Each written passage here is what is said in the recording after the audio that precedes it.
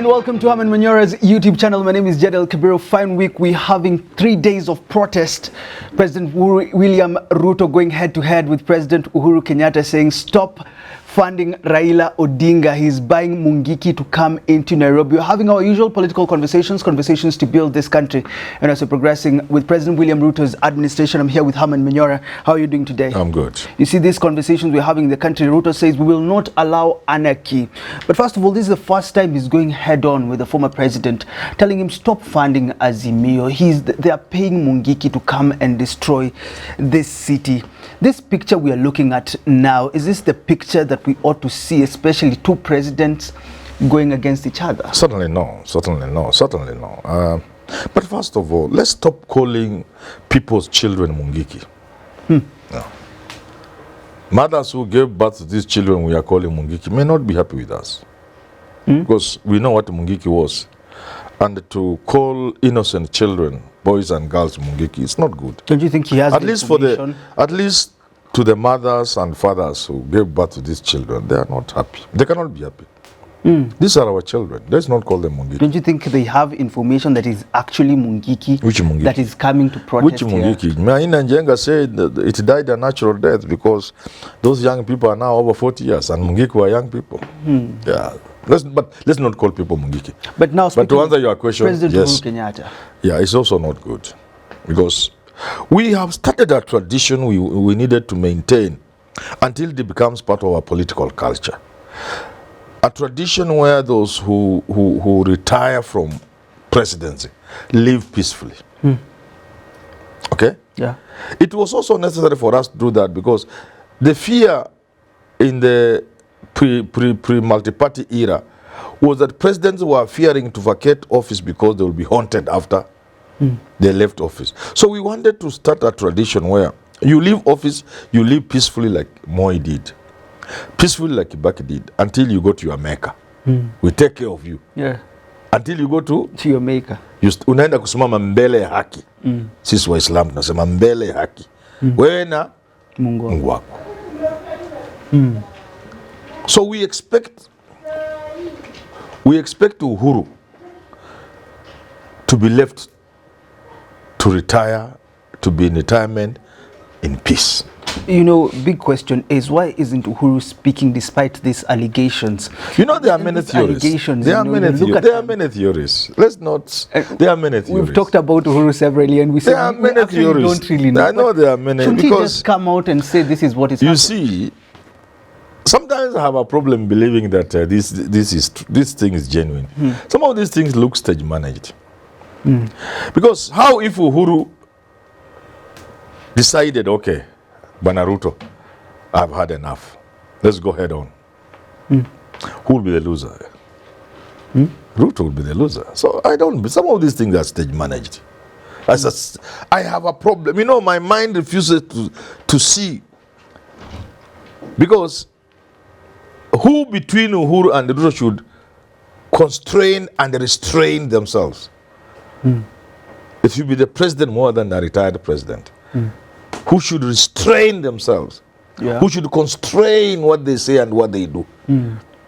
Now it's the other way around. So the man who has least to lose is the one who is restraining himself, and that's not normal. But don't you it's not logical. He has been silent for so long, President William Ruto, despite what the likes of Rigathi, Gachagua, the deputy, have been saying, despite what Moses Kuria has said. He's been silent, but this time around he's looking at the country. No, the president has always attacked Uhuru, and even from the time before elections. Yes, before elections. Yeah, even after elections. Come on, he has said it, but this time now he came out more directly. Yeah. So why do you think Uhuru is restraining and constraining himself? Between Uhuru and Ruto, Kakinuka, who loses the most? I've told you it's Ruto. Who has That's why I have a problem believing this game. This to me looks like make-believe. And when we look at this maandamano, Wednesday, Thursday, Friday, Moses Kuria in a tweet sparking debate. I don't know if you've gone through Twitter over the weekend, saying someone will die on Wednesday, get buried on Sunday 29th. Most people say he's referring to Raila Odinga. Of course, we don't know that for sure. And then Cherargei goes on and says sniper.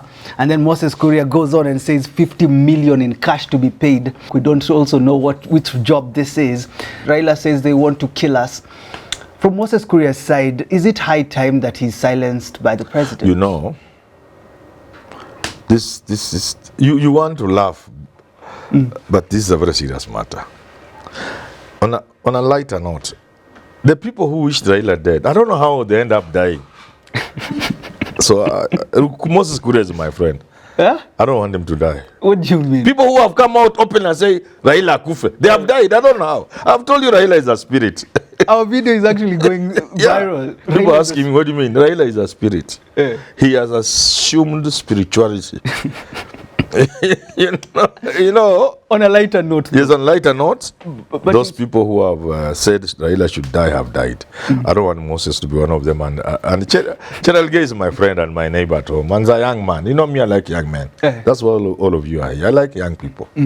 But again, on a serious note, it took a reckless mouth like that of Kuria, Moses Kuria, a reckless mouth like that of Cherargei, for Rwanda to go down.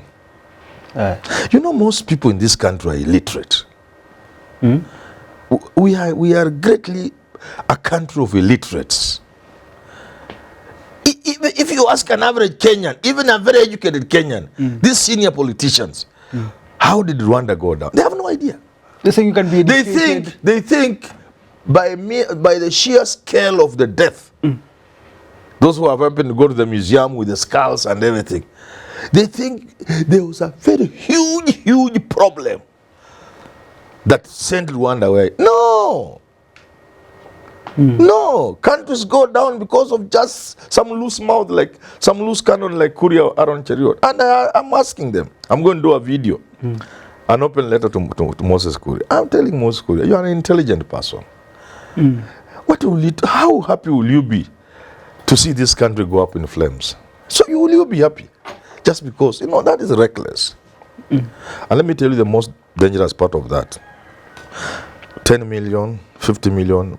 I think Moses Kuria tweeted again and said, overwhelming volunteers, people up to do the job. That they are not even going for 50 million. They are wanting for as little as 10. I want to tell Moses Kuria, you don't even need 10 million to knock somebody down. It's too much money. Even half a million, somebody will knock somebody down. There are some people commenting 30,000. Somebody can even knock down somebody for fun. And that means I want to tell Moses Kuria and the Kenyans who are watching me, there are people who take things literally. Overzealous people who think it is even a national duty and honor. Who may think it will be an honor, a national duty, a generational undertaking to bring down Raila. You can plan in there are many mad people around. You see people walking, you eat with them, drink with them, well dressed, but they are not normal. There are many sick people. Upper. So akisikia Moses Kuria akiongea, not even for the 10 million or the 50 million, as a duty to nation. And I want to give Moses Kuria an example which he's aware of. There have been assassinations in this country. We all know that. It's a fact of history. So I'm not creating anything. Without naming which one, but at least 2 or so of them, almost 3 of them, it was never intended to kill somebody. Okay? In 1 or 2 of them, and this is documented again, you want to torture somebody into submission, you over torture, and you decide in this state the person is, the best thing is to finish him. Okay? But there's one which is most relevant, in which perhaps a big man is lamenting about somebody disturbing him. How was your day? My day was okay, lakini kuna kamutu pale kananisumbua, kamutu kanatuletea shida. The Then one day, in the evening, while they are enjoying a drink, somebody says, kala kamutu tumemaliza. Moses Kuria should know what I'm talking about. The guy never meant to go and kill somebody. Yeah. And it has happened like that. So out of duty, his words can make someone go kill. Somebody can think that's an honorable thing to do. Here's Otiende Omolo says, an idiot called Kuria calls for Rao's assassination and not the CIC, not the IG, not the NCIC. Nobody calls him out. It's okay. Tuendelee. Are we in that situation where Kenyans are thinking tuendelee? Let things go as they will because we've lost hope in our Now this one, I will address myself to His Excellency President Dr. William Samoei Ruto. There's a reason why there is a president. Why millions of people allow to be ruled and governed by an individual up there. Yeah. We can all refuse. We can live our lives. People have lived without kings. The people of Israel had to demand of kings. Yeah. But God told them, these people you are looking for, they will turn your children into slaves. Yeah. They will do all give us kings. People can live without kings. In fact, those who have bothered to read about Marxism, Leninism especially, Lenin says the communist state will lead to the withering away of the state as we know it, so that we shall get to a state where we have a stateless society. And this is still possible. So it's not always that people must be governed. But while people are being governed, they place trust in the man at the top. They expect inspiration and hope. When the situation is so bad, people always look up to the president. In the manner when there is a problem in the home, people look up at the head of the family. They want to see hope in your face. They want to get encouragement from you as a father or a mother. So the president is a father at a higher scale of state. He is the one to give hope to the people. So when Moses Kuria talks in the manner he's talking, and the president does nothing, then the president doesn't then seem to mean anything. The presidency is a center for hope. Okay? That's why people listen to the president. If he says, let's go to war, they will go to war. Because they believe he has their best interest at heart. He cannot say, let's send ourselves to war unless it is in the interest of the country. Why do you think the president is the commander-in-chief? Because if you left it to the army to be the ones to fight, they are used to fighting. They will declare any war anytime. But you get a civilian and make him the commander-in-chief because he speaks for the people. He has the pulse of the nation. He knows the feeling of the nation. He knows when people are low. He knows when people are hurt. So that if some provocation from another quarter like Uganda injures the people of Kenya as a matter of pride, the commander-in-chief says, wacha kaharibike, state of war. He declares war, and the people will agree. Even though they know war is destructive, war can finish the country, we can be the ones to be defeated. But in guarding our honor, our dignity and our feelings, the president we trust, who is the commander-in-chief, declares war. You get it? Yeah. So the president must know when people like Moses Kuria speak, they hurt so many people. Even those who support him, who have the capacity to think a bit for the country, they know that is dangerous. And the president must come out and tell Moses Kuria, this can destroy the country. Now he says on protest, haiwezekani, haitawezekana, tupatane. That's the president speaking. He said he needs to have the interest of the people at heart. Yes. Does it seem he has that interest of the people? Or without dialogue, saying there will be no demonstrations, Raila says there will be protests. Is this a president who has the interest of the people? I listened to the interview on Citizen TV last night. Bishop Muheria, that's very Anthony Muheria, eloquent fellow from Nyeri. And he says the president doesn't seem to be, the leadership here is not caring, is insensitive, and so on and so forth. That's not good to talk about a president.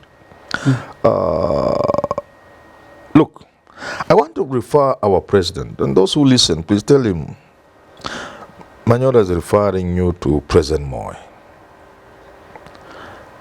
Moi said, when you are a president, like me now, people do bad things. People scheme to overthrow your government. People do many bad things. If you are not careful and you get annoyed, you can destroy the country. Yeah. Ruto has the capacity to look for that clip. He has the intelligence. Let them get the clip Moi saying. That, you know, the people, they just get on your nerves. You can decide he'd bus me to drive into a river or on an oncoming hauler or tanker. What are you get done? Because people can get on your nerves if you are the president. So the president cannot say he's giving up like other people. He should be the last person to give up. No. The president should be the last person to get annoyed. Is he giving and to up? Give up. Is he giving up? Yes, like giving up. Or is he saying tupatane head no, on? kupatana ni kusema nini? Kupatana ni kusema wacha wanaume wagongane. Na vyombo vikigongana zingine napasuka. Yeah. Na inchi vitu ikigongana. See, so how far are you from losing the country? You need the country more than Raila because you are the president. Is that right? Yeah. Your presidency will amount to naught if there's no peace. So no peace means Ruto's presidency will amount to naught. No peace will also mean Raila's quest will come to a halt for both of them. There must be peace for you to be president. Is that right? Yeah. So how can you be president when you are telling when people want to fight, different groups fighting? Who tells you that it will end with stones and arrows? Who tells you? We are in the 21st century. And I want to be very categorical because I know people listen to me. And I know the intelligence listen to me. And they should tell the president. When groups begin to clash, it can begin with even just blows. Then blows, then stones, then arrows. Who tells you to stop there? Who tells you? It can accelerate. You can escalate this to higher levels. Then you think you can suppress. Supposing you succeeded to suppress completely. Because I was figuring out, I will not allow. Then Gachagua, I will not allow. We shall not allow. Then I figured out, what is this they could do? It's possible the government has instruments of violence. The government has a monopoly of violence. You know that? Yeah. So the government can make sure none of us leaves our home. We are surrounded for a week. Paka tutia amri, curfew at 24 hours. They can declare. Is that right? Yeah. The president, the minister doesn't need parliament to declare curfew. Sinasikianga tu kina Kindiki na declare curfew. Kina Matiangi. Yeah. So they can do many things. Yeah. But then I will point to them because I love this country.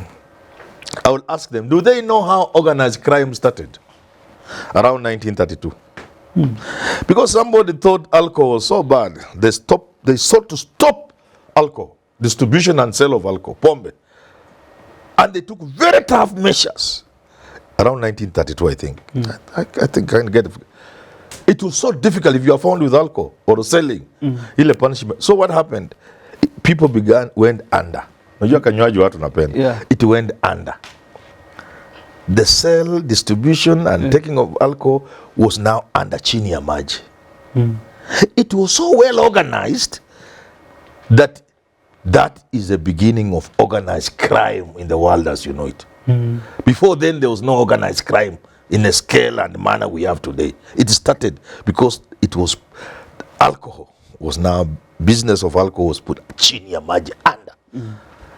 So if you manage to stop people from demonstration on the surface here, and they are throwing stones and doing things, and they go down, who tells you it won't get worse? Who tells it won't get worse? The best thing is to address the underlying problems. And we are lucky because the problems that want to send us to something like civil war are so petty. You know, I meet people, they tell me, you people, the last ones I met was from which country? So I was with senior people from Somalia. I don't want to mention who they were. That was on, was it Friday? There's a new hotel around Hurlingham called Ma Hotel. I was there. And these guys were telling me, you people, how come you have seen what we have all gone through, but you are not seeing? Hii moto munaingia mona muoni.